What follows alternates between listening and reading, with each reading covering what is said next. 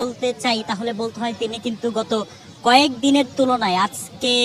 Press briefing এর মাধ্যমে আমাদেরকে জানানো হয়েছে গত কয়েকদিনের তুলনায় তিনি একটু সুস্থ হয়েছেন, অর্থাৎ গতকালকে এন্ডোস্কোপি করানোর পরে তার যে ইন্টারনাল ব্লিডিং এর যে ব্যাপারটি ছিল সেটি কমে আসায় ডাক্তাররা কিন্তু কিছুটা স্বস্তি প্রকাশ করেছেন। তবে তাকে এই মুহূর্তে এখনই বিদেশে নিয়ে যাওয়া হচ্ছে না এবং তার শারীরিক অবস্থার উপর নির্ভর করেই কিন্তু তাকে বিদেশে নিয়ে যাওয়া হবে এবং মেডিকেল বোর্ডের সিদ্ধান্ত অনুযায়ী তাকে বিদেশে নিয়ে যাওয়ার কথা কিন্তু জানানো হয়েছে। কিছুক্ষণ আগে আমাদেরকে বেগম খালেদা জিয়ার ব্যক্তিগত চিকিৎসক AZM জাহিদ হাসান আমাদেরকে ব্রিফিং করেছেন। তিনি কিন্তু বলেছেন যে এয়ার অ্যাম্বুলেন্স প্রস্তুত আছে, তবে বেগম খালেদা জিয়ার সুচিকিৎসা এবং সেফটি সিকিউরিটির ব্যাপারটি মাথায় রেখে তাকে এখনই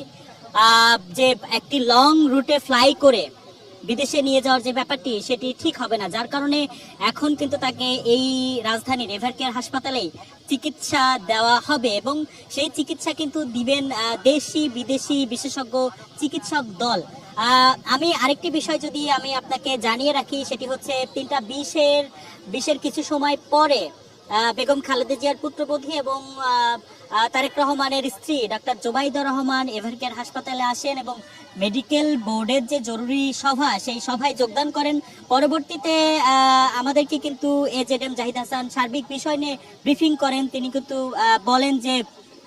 বেগম খালেদা জিয়াকে নিয়ে যে ধরনের গুজব সোশ্যাল মিডিয়া সহ বিভিন্ন জায়গায় ছড়িয়ে পড়ছে সেসব গুজব থেকে সাধারণ মানুষকে